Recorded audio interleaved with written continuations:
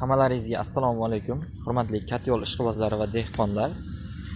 Mana bizada hozir 14-mart 2026-yil. Katyo'limiz yoqib oldik, kun botishiga yaqin. Yonish jarayoni. Va tepasi olov yaxshi chiqyapti. Endi hozir suvni qaynatish uchun olovni hozir ko'tarib qo'ydim. Keyinroq ozroq kamaytirib qo'ysak ham bo'ladi. Aytib o'tganimdek, buni yoqqanimizga 20 minut bo'ldi. Hozir buni suvini ko'radigan bo'lsak, qo'lga siqib beryapti. O'sha yarim soatda qaynab qolishi kerak. Endi bolgarskilarimiz haqida ma'lumot beradigan bo'lsak, bolgarskilarimiz 8-10 yanvar atrofi ekilgan. Hozir mana 14-martdagi ko'rinishi. Mana barglariga e'tibor bermaysizlar. Ozroq mana pastki tomoniga shira tushgan ekan. O'shanga dori sepilgan hozir. Barglarda ozroq namlik sezgan bo'lsangizlar, mana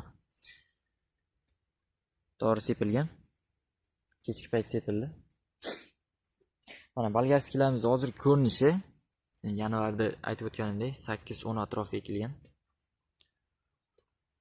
Ko'rib baho berasizlar o'zlaringiz. Teplitsamiz haqida ma'lumot beradigan bo'lsak, bizda teplitsamiz 7 sotixga yaqin. Bu yer hozir yaxshi rivojlangan joyi. Narigi tomonda ham bor hali. Yo'q, o'rtadagi teplitsamiz mana Katyo'lni ichkaridan ko'radigan bo'lsak, mana shu ko'rinishda. Katyo'limiz aytib o'tganimdek 20 minut bo'ldi yoqqanimizga. Hozir bizda termometr va internetimiz tashqarida 8 gradus atrof ko'rsatyapti.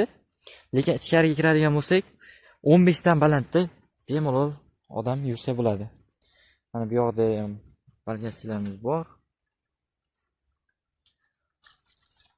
Hamma tomon gullab qolgan. Hozir birinchi ko'rsatgan tomonim mana bu yoqda. Uje tuyib boshlagan u yoqlar endi mevaga, bolgarskichalarga aylanib qolgan. Bu yoqlarimiz ham 1-2 ta aylangani bor, lekin nisbatan kam. Chunki bu yog'imiz u yoqqa nisbatan 3 kun keyin ekilgan. U yoq birinchi ekilgan edi, ikkitasi. Mana bunisi 3 kun keyin ekilgan. Bunisi 2 kun keyin ekilgan. Bunisi uje yetib oldi. Bunimiz lekin sal orqada, 3 kun keyin ekilgan. Bu yoqdagilarda ko'rinishi, bu yoq ham yaxshi gullab qolgan.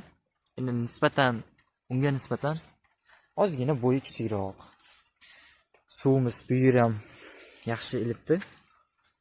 Qaynash holatiga ozgina qolibdi. Bizda radiatorlar ham bor. Endi radiatorlarni bugun yoqishimiz shart emas. Chunki bu radiatorlar -10 juda sovuq bo'lgan paytlarga kerak bo'ladi.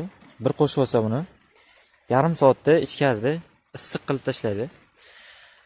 Hozir bizda unchalik sovuq emas. Buni Katyo'lda yoqishdan maqsadimiz ichkaridagi vlajnost, ya'ni namlik va bolgarskiga sovuqni sezdirmaslik. Namlik bo'lsa ham, namlik ko'payib ketsa ham bolgarskiga kasallik tushadi. Endi namlikni ko'paytirmaslik maqsadida, sezdirmaslik maqsadida yoqyapmiz Katyo'lda. Bolgarskilarni ko'rib baho berasizlar. Hozirgi holatiga. Kamchiliklar bo'lsa kommentariyada fikrlaringizni yozib qoldiringizlar.